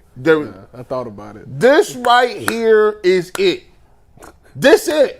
First of all, you already beat a dead horse with Kyle Manzardo. 15 home runs. He is the only person that I could feasibly look at this point in time that I could even hope and wish and squint and be like, okay, can he give me 25 home runs? Give me 30 home. Can he give me 25 to 30 home runs? Right. Okay. If you can get that type of production out of him, to even, I would never. Jose Ramirez would never see a pitch from me. He would be Barry Bonds status. Intentionally, he would not see fastballs, none of that. They have no power in order. They got 2 hitters. They got Quan, they got Ramirez, and Manzardo is offering the Minimowski amount of power that we can. Now, he only batting 217. But at the end of the day, I'm going to take the power numbers. Now, here the crazy thing is, I wouldn't have mentioned him, and the reason he made my list was because I feel in my heart of hearts, they're not bringing none of these dudes up. They playing with our emotions. They are not bringing these dudes up. Chase DeLauder got hurt. Man, look, they waited him out. Of course he got hurt. They waited him out. He was down there chomping at the bit to get on. And then, oh, look, he pulled a hammy. Like, come on, bro. Not that serious, right? No, but listen. But in the Guardians, sore hand. In the Guardians, and you got a sore hand. That's 2 to 4 weeks. We got to nurse you back to health. So anyway, we need more power out of Kyle Manzardo. 2 home runs in the last couple games. I like it. Gavin Williams, bro, you're 6'6". Is he 6'6"? You're 6'6", 240. You could play tight end. You could play small forward. Your name is the Big Rig. Why are you not delivering? You should not have Tanner Bybee out here being the ace. Guess what? Tanner Bybee got that Guardians extension. You know what the Guardians extension is? It'd be like 15 years, $5 million. Take it or leave it. We talk about we got to him before arbitrations. Yeah, you paid him annihilators, bro, and Jolly Ranchers, bro. This dude Tanner Bybee didn't get no extension. That extension is he going back. That's play money. That's monopoly money. He ain't getting nothing off. Like Gavin Williams was like, I'm kind of glad I'm sucking right now. I'm kind of trash. They ain't gonna be able to sign him because who's his Boris. name? There he's it a is. Boris. He's not. There it is. So even if he gets nice, this is the problem. He ain't staying here. They play gladiator baseball, not Guardians. They gladiator baseball. They put $15 in the ring and tell you to fight to the death over it. Who gonna get it first? Wait, have we ever signed a Boris client? I mean, not that I can. So it's Like in terms of taking an extension? Yes. No. No, they don't. Boris guys don't take extensions. Boris guys go to free agency.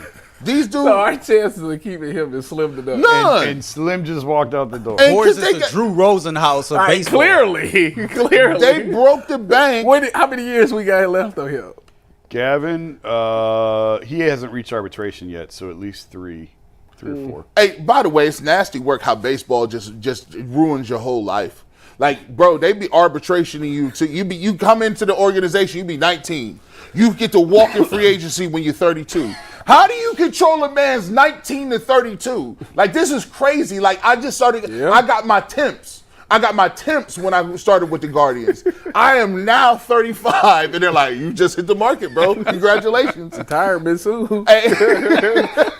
So, but listen, Gavin Williams, I need something more from you because if we can get these pitching rotation down and ready to go. Gavin Williams, he's balling. I look at him as a guy that should be a number 1 ace. He has the pitches. He has the size, the makeup. He looks like somebody to a novice when you say, I got this prospect down in the minors. His pitcher pulls up. He looks like he can hit for power and throw 90,000 miles an hour. He doesn't do it. I need more out of you, bro. And then Shane Bieber. This is wishing upon a star.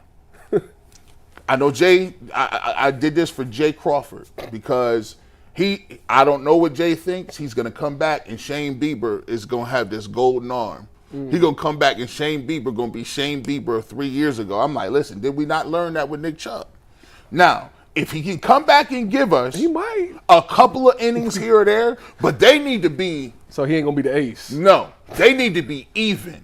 They're behind so many teams in this wild card. They need to be like 1 game out. And then I can start saying, oh, well, Shane Bieber might go into the mix. Because right now, if I'm Shane Bieber, I'm pitching 3 or 4 games, and I'm trying to get up out of here, too, because he won a bag. What's the series? It's the A's, and who's after the A's? Everybody. No, like, what's the series? Is it the schedule? Royals? I don't remember. They play a bunch of garbage. So they got a chance to, like. But the Bieber thing, there's a schedule. Thank you. Baltimore, which is worse than they should be, Kansas City, Colorado. They can make up a lot of ground. Well, they better, because Bieber may not throw another pitch for them. You see what I'm saying? But like the Bieber thing, we had Zach Meisel on the show a couple weeks ago, and like he's not going to be healthy before the trade deadline. He's not going to be ready to go. Like he's still making rehab starts. He's just now restarting his rehab assignment. So the trade deadline's going to come and go before Shane's ready to pitch. So what do you do with Shane Bieber? Like, because you've made the investment in him, because you made the $14 million investment in him for this year, You put him out there. are you going to keep him and try and make a run at this in August? Yep. Do you trade him at the end of July and get what you can for him? Well, Like and Zach was saying who would trade for him without seeing him pitch? Oh, I think teams would. Now you're not going to get a war chest for him. No. But teams there's a dearth of pitching at the trade deadline. Teams are always looking for arms. He would be. And you can send scouts to see his rehab outing, so you can get an idea of what his radar gun readings are and where he's at. So would it behoove him? What would you do? Would it behoove him I'll tell you in 2 weeks. to chill out? If you was Shane Bieber and you was his agent, does it Rosenhaus is his agent, actually. The Rosenhaus company. Oh, okay. Well, we know It's not his direct agent, but his agent works for Drew Rosenhaus. So, do you think it would be more advantageous for him to be like, all right, well, I'm gonna just wait till next year to play? No. He need to get. He needs to get on the mound. He's got a player option for it. He's trying to get the bag. He's never been paid. Like he's never gotten that big free agent deal. How old is Shane? How does Shane Bieber? 35. No. This is why G must be facts. Like it be packaged different, and y'all just think I'm playing. Yeah, 33. Think about this. This man done won a Cy Young. Yep, sure did. And think of how many years ago he tore up his elbow. That was 2 years ago. How old is he? He's 30. But all his glory days is behind. All you know who else is splendor. like that? Scooble. But Shane was an older prospect when he came up. He spent, I think, 3 or 4 years in college, and then they control your rights for. Shane came up early. I don't remember if they got an extra year of control on him or not. It doesn't matter. So yeah, I mean, baseball controls you for 6 to 7 years. That's your service time, Bro. So, and then he re-signed. No one ever thought he would sign a contract extension. The only reason he did is because he got hurt. So he signed a 1+1. He's got money this year, and he's got the player option next year. Shane wants to get back as soon as possible. He needs to make as many starts as he can this year to prove that he's healthy. Hopefully pitches well, and then he can turn that into a long-term extension. So, yeah. Dang. No, there is no sitting out. As soon as he's ready, he'll be back. Dang, Earl. I didn't know they were signing baseball players to 360 deals. Hey, first of all, this ended up being a great segment, man. This segment was really entertaining. Y'all got Ant back here laughing his ass off. Honorable mention from Ant, Stephen Vogt. The managerial decisions for him has been horrible. I actually thought about that. I asked the chat who they think need to get it together in a mama voice. Nolan Jones, I couldn't agree with that. I think Stephen Kwan got a higher slugging percentage than Nolan Jones. Go figure What that. happened? See, Jason was talking. Oh, you look at his numbers, it should be. Well, the StatCast numbers were. I'm done with that. Like eventually, you got to produce. Hey, listen, and I told you, eventually you come to the realization that you're not getting that 4,500. That 4,500 is not coming down the pipeline. It's time to pivot. I mean, he's only playing against right-handers, and he's still his numbers are what they are. So, the ship has sailed as far as I'm concerned on Nolan in terms of a guy who's got to get it together. Like it's just not happening. Speaking of getting together, get us together with one of these reads, Earl. Man, All right, man. The next segment of this show is brought to you by Game Time. Have you ever decided at the last minute head into a ball game with a friend or family? Maybe it's game day and you suddenly realize you want to be in the stands. That's exactly where Game Time comes in. It's the easiest way to grab last-minute tickets without the stress. With the money you save on tickets, you can splurge on food, drinks, merch, or even invite a bigger group to come with you. Game Time makes it all possible. Game Time makes buying tickets fast and simple. Prices on the app actually drop the closer you get to the first pitch, and they've got incredible last-minute deals, clear seat views, and lowest prices guaranteed that takes the worry out of buying. Game Time is the official ticketing partner of Locked On MLB, making it easy to browse the app for an exciting upcoming ML game, like this upcoming Friday when the Guardians return from the All-Star break and face the A's. Take the guesswork out of buying tickets with Game Time. Download the Game Time app, create an account, use code LOCKEDONNFL for $20 off your first purchase. Terms apply. Again, create an account and redeem code LOCKEDONNFL for $20 off. Download the Game Time app today. Last minute tickets, lowest prices, guaranteed. All right, before we even say anything else, I'm just going to say Jamar Chase is wrong and he's a liar. But Jamar was asked about who was his toughest cover, who's been the hardest cornerback to deal with. And number one on his list was Denzel Ward. If you look at the tweet, he had Denzel, Joey Porter Jr., Jalen Ramsey, and Darius Slay. He's missing somebody, but I'm going to let y'all go. Tyvis, did he get this right? Is this list in the correct order? And where would you overall rank Denzel Ward amongst all the NFL corners? Is he talking about in this division?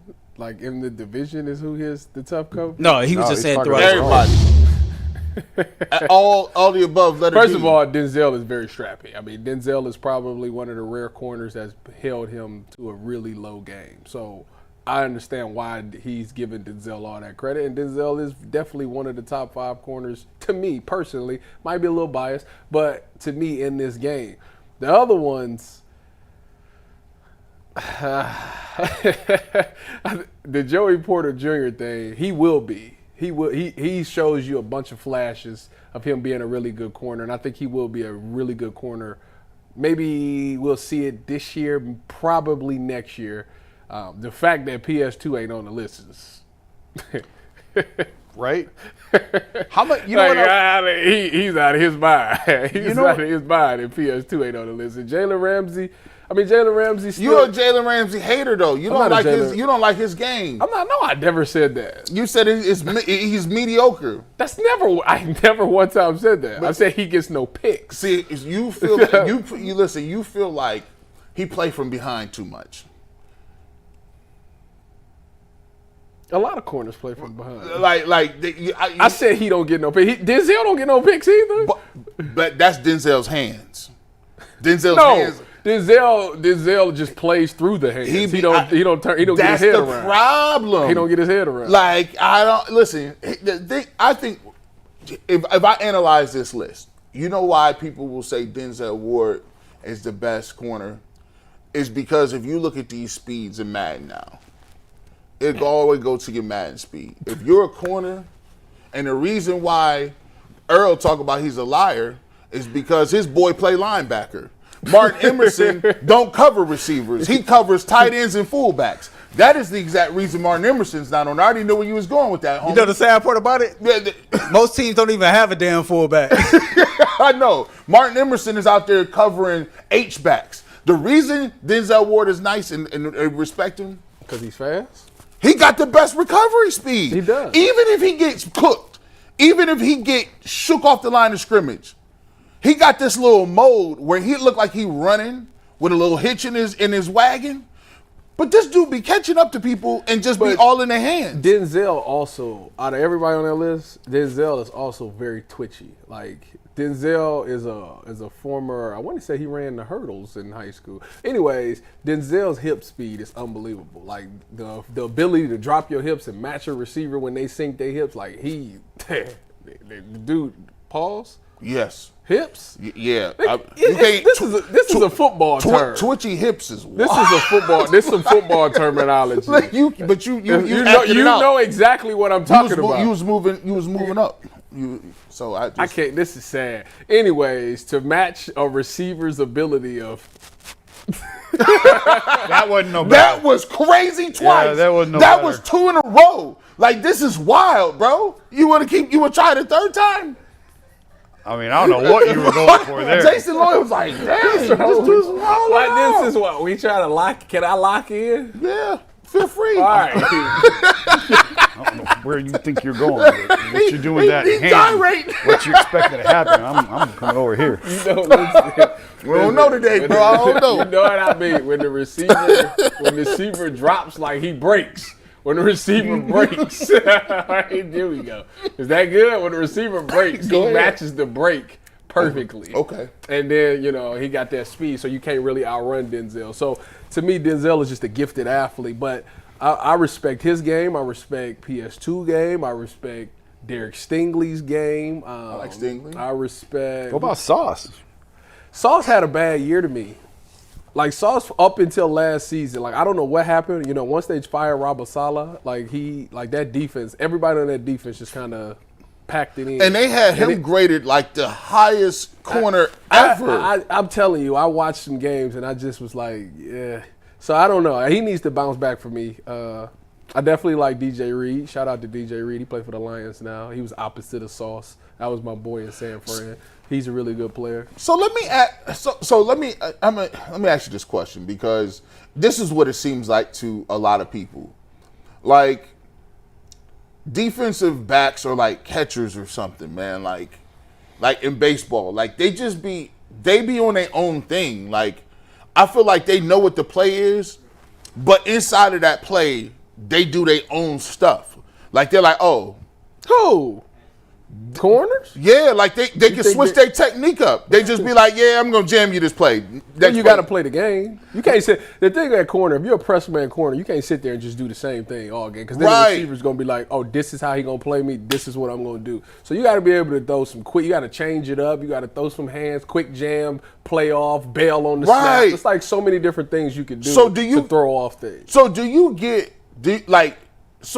free reign to just get that off? Because usually like this, like if you're a defensive lineman, right, you got your moves that you're going to run, but you also know you got contained. Yeah. And you're like, bro, you can't just dip inside no tight end and a tackle and lose contain. Are you free to be out there moving around like within? Yeah. Coaches are very lenient on that. That's obviously wild. They want you to do your technique and all those things, but like I say, for me, press man, if I'm playing 60 snaps a man, and I do the same thing for 60 snaps, he eventually going to figure out what I'm doing, and he's going to beat it. So for me, I'm going to throw a change. I'm going to throw a quick jam real quick just to throw you off, because he might come up and be like, all right, this is the route that I'm going to hit him with the stuff. And then he tried to do it, and boom, I done bailed out. So he like playing at the line, and I'm already gone. Like, I'm already bailed out. So to me, it's a mind game. It's a game within the game, and you got the free range to do all that. At the end of the day, did you do your job? Jason, is Denzel Ward underrated? No. We always want to try and put guys in a basket, underrated, overrated. Sometimes they're just rated, and they're right where they should be. I think he's highly respected across the league. Obviously, injuries have been a major concern for him. They'll continue to be throughout his career because of the concussions and all that. But I think he's paid like a top corner. He's treated like a top corner. He gets the respect of a top corner. It's fun. The thing that was interesting to me with this list is it was guys that Jamar has seen quite a bit of, other than Ramsey. Obviously Ramsey's new to the division, but he picked guys that he probably has the most experience with. He went up against Slay. Slay was with the Eagles last year. Yeah, that's true. That's big play Slay. Because when you mentioned Surtain, I looked to see, how often has he gone up against PS2, and it was twice. They went up against each other as a rookie, his rookie year, and then in 24. So a lot. Ramsey, I think he's seen twice. I didn't look at Slay.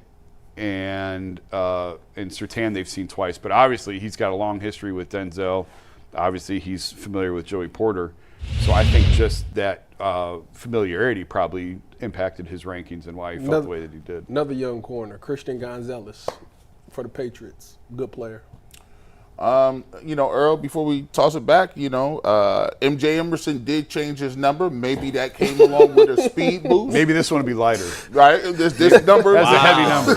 That's a heavy number. He's right. Everybody got damn jokes today, I see. Earl's up in his feelings now. Everybody wants to joke around. It was all fun and games we're making for the Guardians payroll, but you hit MJ Emerson in the heart. And, comeback player of the Browns. I ain't going to say in the NFL, but comeback player of the year for the Cleveland Browns in 2025. Don't look at me like that. I hope so. It's going to be MJ Emerson. I hope so. That defense got to play special this year. Oh, no, they're gonna have to play. They're gonna have to play crazy. Earl's gonna be sulking for the last 27 minutes now. Yeah, this is ridiculous. This is for blasphemy.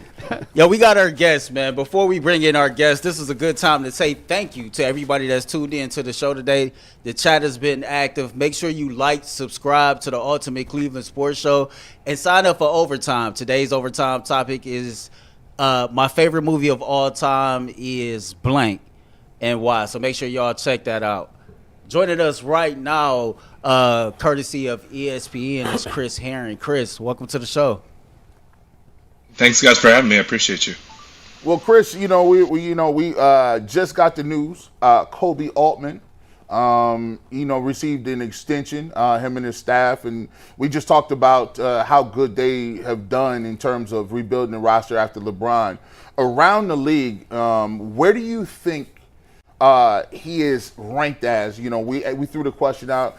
Is he looked at as an elite general manager? What do you think about his, his perception around the league within the NBA? I think he's perceived really well throughout the league. I mean, anytime you're coming out of what the Cavs were coming out of, it's not necessarily the easiest position to be in. I think anytime you're talking about a team having, the most wins that they've had since the LeBron era, including the LeBron era, that's a pretty big deal. And it's not just that, I know people were disappointed that they were out in the second round. It's also something where clearly they have upside to do more. And it wasn't just a team built for this past year or the year before that or anything like that. They have a footprint to be able to move forward, particularly now. I think next year will be interesting, obviously, because of all the injuries that have taken place throughout the East. But this is a good roster. It's not just a good core. I think the guys kind of in the middle and the bottom of the roster are pretty good players too. And it's also not easy to, especially for that market, a smaller market, to be able to say, okay, we can't pay a $250 million luxury tax or second apron tax. So how do we cut back and still make this a competitive roster? I thought the move for Lonzo Ball was really, really smart without costing them a ton and, just costing them a guy that at times is not going to be playing in the postseason anyway. So it's really easy to like what they've done. It's really easy to look at Kenny Atkinson and see immediately how he kind of upgraded certain things about this team when moving on from J.B. Bickerstaff. Chris, when you look at this team, right now, FanDuel, I believe, has them favored as the team to make it out of the East. When you look at this Cavs team and the way that they failed in the playoffs these last couple of years, what do you credit it to why they weren't able to get it done, and what makes you confident that maybe they can turn it around this year? Well, I don't want to give a cop-out answer, but I don't think you can take too lightly the idea of injuries. It's always tough for me, and I think people were criticizing this about Stephen A. at times during the playoffs, where on the one hand he's saying Tyrese Halliburton shouldn't be out there, based on how he looks in Game 5 or whatever it is with the injury. And then he basically says, well, he needs to play Game 6 or else, what are we doing? This is the NBA Finals. So I never liked that dichotomy of, the either or. There's a lot of gray in there, and guys get hurt. Guys play hurt, and, of course, you want them to play you want them to play through stuff during the playoffs, but it comes at a cost sometimes, and Darius Garland is no different. He's going to probably miss maybe considerable time to start the season.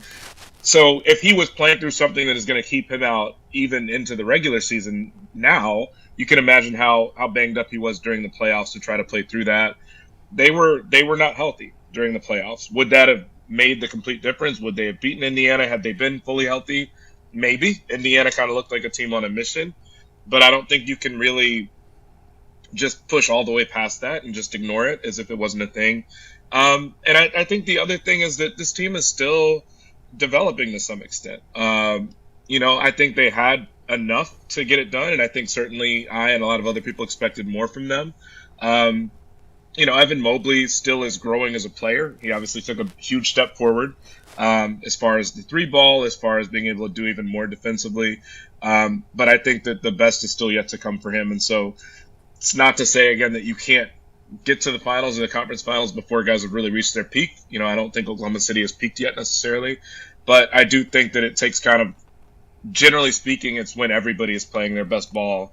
And Cleveland just didn't have that chance. It's also rare to see a first-year coach take a team to a finals, a conference finals. It happens, but it's not necessarily something that is expected. And I also think the type of season they had, for them to get 64 wins, they ended up that way, and they were obviously the best team in the East from the very beginning, but that was not the expectation. And so, to kind of play up to that level when you've done it all season. Sometimes it's kind of hard to live up to the hype of what you've built during the regular season. What's up, stranger? It's been a minute. It's good to see you, man. How's everything? Good, buddy. Glad to have you on. I want to go a little bit different direction than just Cavs with you, because I know you've got this background. When Jeannie Buss sold the Lakers, that was sort of the final one to me of like, okay, what's going on? Because when you see Mark Cuban sell, and then you see Jeannie Buss sell, and the Grusbecks get out, and Lasry got out in Milwaukee, I think, because he didn't have the money to where this was going. And maybe that's the answer, is these guys just don't have the liquidity to meet the payroll of where this league is headed. But I am like amazed that with repeat offender and all this other stuff, the league is getting so expensive that the owners can't even afford their teams now. Yeah. What is happening with some of this stuff with the owners? Are you as surprised by this as I am? And where are we headed? Where is this league headed that all of these these pillars of the league are now selling their teams? It's fascinating, to be honest with you. And it's funny because at the beginning of this, when certain people were selling, you can always write it as a one-off. Maybe someone doesn't want to have to be this involved anymore. Maybe someone just wants a smaller stake. Maybe, life circumstances. Like a lot of us don't want to work our whole lives. And granted, owners, the way they work is probably a lot different than us. But just wanting to get out before they, for kind of the twilight of their life, their career, whatever. You can do that as a one-off when Cuban's doing it or the Grusbecks are doing it.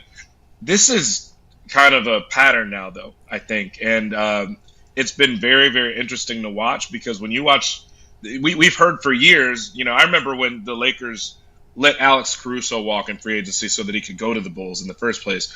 And thinking like, okay, I remember the rumor that they talked to Alex Caruso about like, yeah, well, we're going to give you $8 million, but it's really like we're paying you $20 million because the taxes are going to mean this. And, Alex Caruso being confused, like, why would that be an appealing sell to me? And how cheap that sounded on the Lakers' behalf, given that they're the Lakers. But that tells you about the fact that NBA owners already felt like it was really expensive to do this before. And now at these salaries, all of a sudden, it feels like every 2 years we're going from Damian Lillard getting 55 or 60 million a year, and now we're already 72 million a year for Shai Gilgeous-Alexander. I think Devin Booker just got the same thing. In a year or two from now, we'll be talking about guys making 80 million a year. It's a new ballgame in terms of that. And I think the one that really sold me on what you're talking about, Jason, was when the Celtics won the title. And within a week of that, you're hearing about the Celtics selling.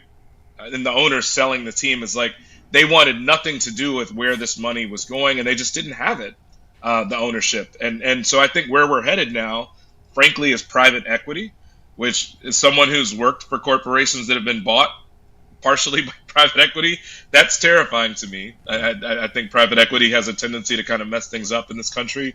But it's, the idea of the Lakers no longer being ma and pop and being run by people that have really corporate interests beyond just the team is a fascinating landscape. And, the very beginning, the tip of the iceberg in terms of what we're talking about as far as the money that's going to be spent on these teams. And it's not going to be for the faint of heart as far as the spending is concerned. Well, let me piggyback off that. Why would you ever, if you're a team that is literally, theoretically that you don't have enough young talent who hasn't reached those max players or in that max salary, and you got maybe one guy who is a max player, why would you ever sign a max guy? Because you can't keep him. Like right now, we have Darius Garland, we have Donovan Mitchell, you have Evan Mobley. In 2 years, can the Cavs play three of those guys? I guess it remains to be seen. I guess the flip side of it too, why would you want to? You always can trade these guys if they're healthy, right? I don't think the Thunder will have any problem unless it's a health situation, trading a Shea, trading a Jalen Williams, trading a Chet Holmgren. And that is a valuable currency, as we're seeing with Giannis, by the way, too. And I think that, granted, Giannis is Giannis, and so I don't want to necessarily say that every player is equivalent to him. They're not.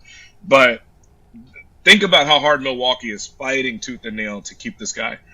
Cutting Damian Lillard, which was unprecedented to see someone with that much money in this era cut and just waved and stretched.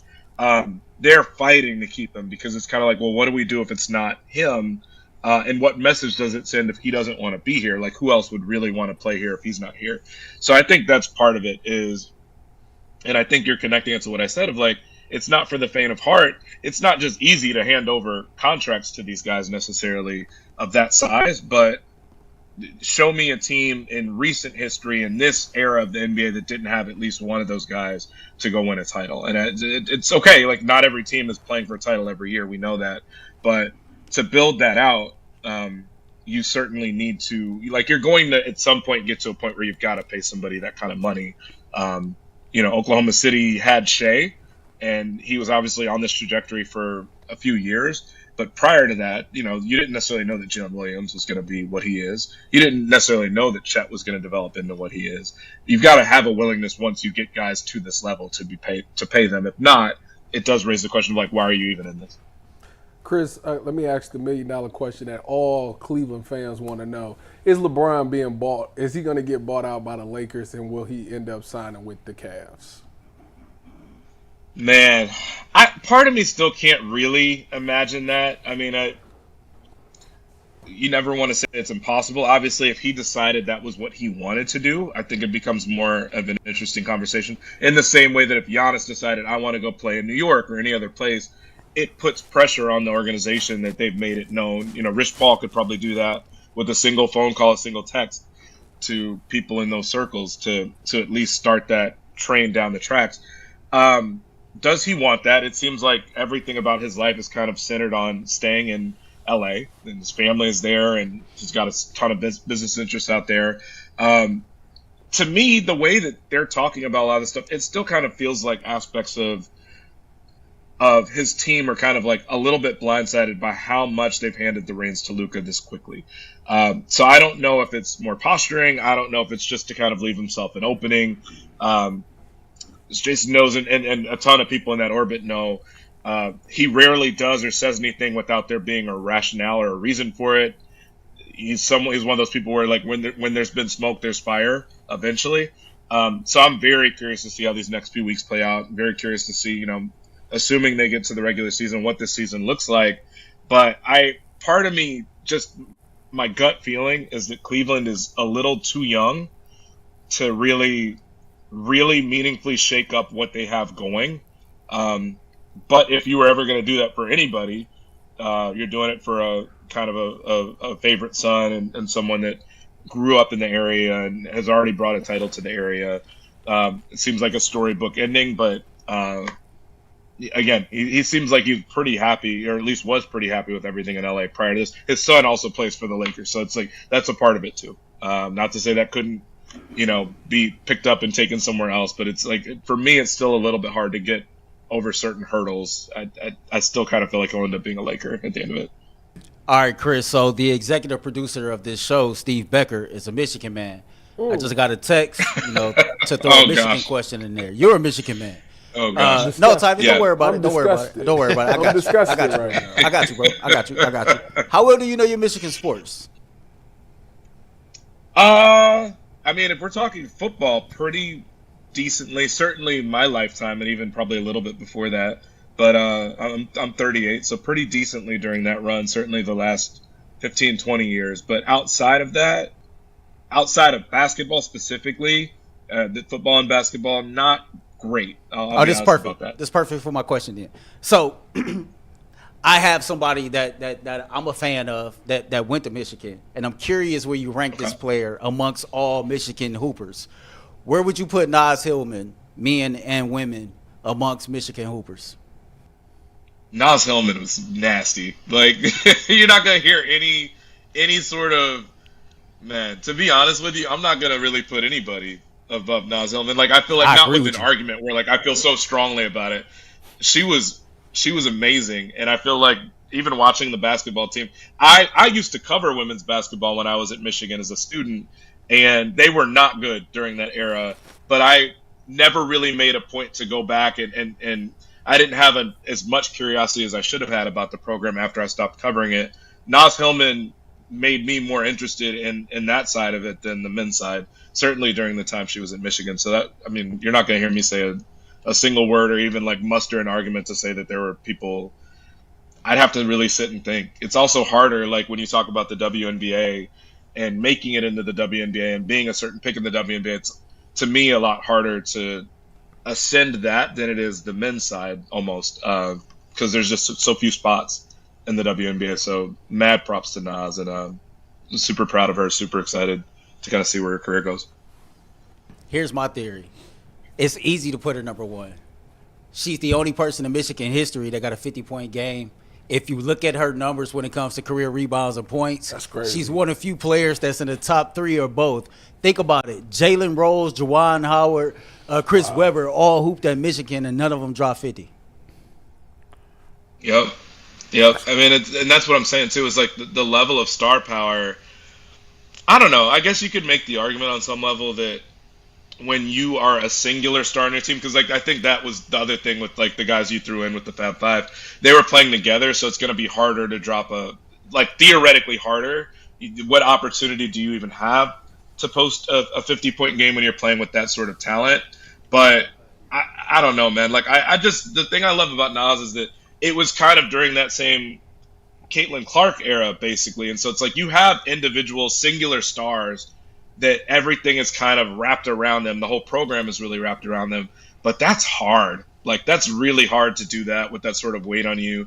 And Michigan was just flourishing. It wasn't something where we're doing this and we want her to get her points and her accolades, but the rest of the team, like, in doing that, sometimes you do that, not to be rude, but, like, I covered Carmelo Anthony and you know, we're talking about LeBron and all the things he does. I covered Melo, and Melo was wonderful, obviously. But there'd be times where you'd watch him, and you could kind of tell, like, he's going to take this shot no matter what, no matter how heavily he's covered. And the offense may suffer for it, like, for the last 6 minutes of a game. And it didn't feel like that. It never felt like that with Naz. Like, you always felt like the game was better placed in her hands because she was going to make the right decisions. It wasn't necessarily selfishness. So, I'm, again, like, just a huge, huge fan and really happy for her. Chris, we appreciate it. We enjoy having you on. We want to get you back on, talk a little Cavaliers. And Chris, I'm more of a Kelsey Mitchell guy myself, so go Bucks. Are you? Understood. Again, I feel like when I talk about things I can't argue with meaningfully, because it's like probably not going to go anywhere, Michigan, Ohio State stuff is normally one of those things. Chris, we appreciate you. Have a good rest of your day, man. I'll see you, buddy. You guys be well. It's really good to be with you. All right, man. Listen, that's hilarious. They always find a way to sneak Michigan in on you, Tyvis. Hey, man. They try to get Steve you. wanted me to go to traditional Michigan, Ohio State way. I figured I'll put his basketball knowledge to the test. Chris was a great guest, and he clearly know what the hell he's talking about because Naz is the best hooper that ever stepped foot. Chris is a good dude. I've known him for 10 years, 15 whatever years. them colors is. Yeah, man. His beard was nice too. You was checking him out? I just happy to see grown man's beard. You know what I'm saying? Listen, let me. I got nowhere to go, man, between the two. Yo, this has been a fun show. Before we get to final shots, Lord have mercy. Man, it's 5 o'clock. Wow. It's Dang, somewhere. Birdie T shots is calling my name. Call.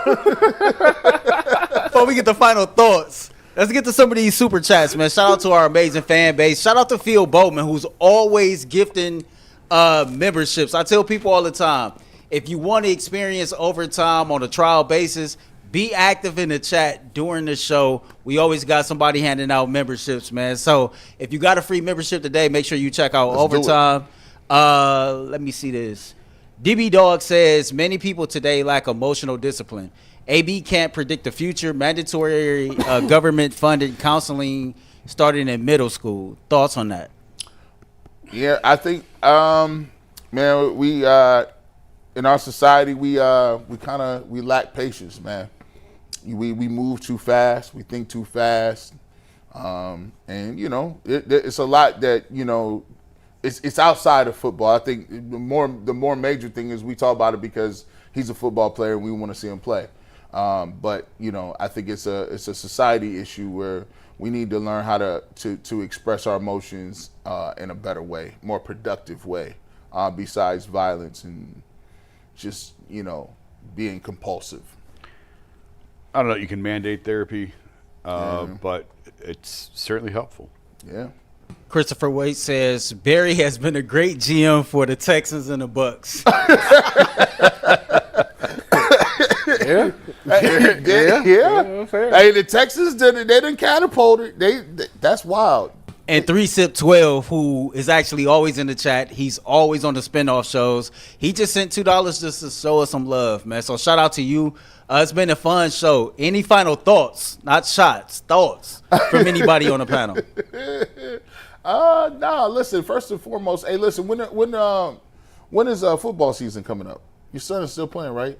Oh, they're full ghost as of last week with workouts and everything. What you mean? July 8th was first practice. What? This is practice? Not pads, but practice. That's crazy. He's got 2-a-days last week. They still do 2-a-days? One on Wednesdays. He had 2-a-day last Wednesday. He's got 2-a-day. I thought that was out. He's a freshman. Hey, them two. Listen. Tyvis, do you still get nervous when you think about camp? Like, do you get, like, when you wake up and you be like, oh, do you still got that thing in your funny, your stomach? You know what's crazy is that I always got to watch myself in August, football season. Because, like, for so many years, that was, like, time for my body to get ramped up. It's, like, get ready for violent things. So, like, I actually catch myself being more angry in those months. Me, angry. I know, right? Me. Yeah. I'll be having to watch myself. There's a mental place you got to go. You got to be borderline insane. It's you know what?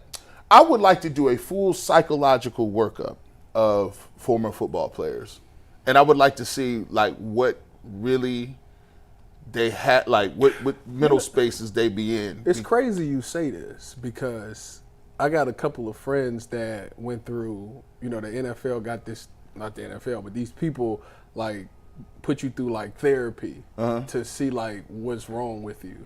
And I'll be thinking I'm like good. Like I'm normal. Yeah. I think I messed up.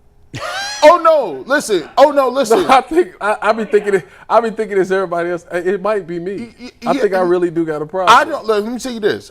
It's because of football. I didn't sniff a league and I messed up. Not be messed up like you hurt. It's like because right now, I go to counseling, and the counselor, my wife be like, "No, you go, you strange, you go by yourself. You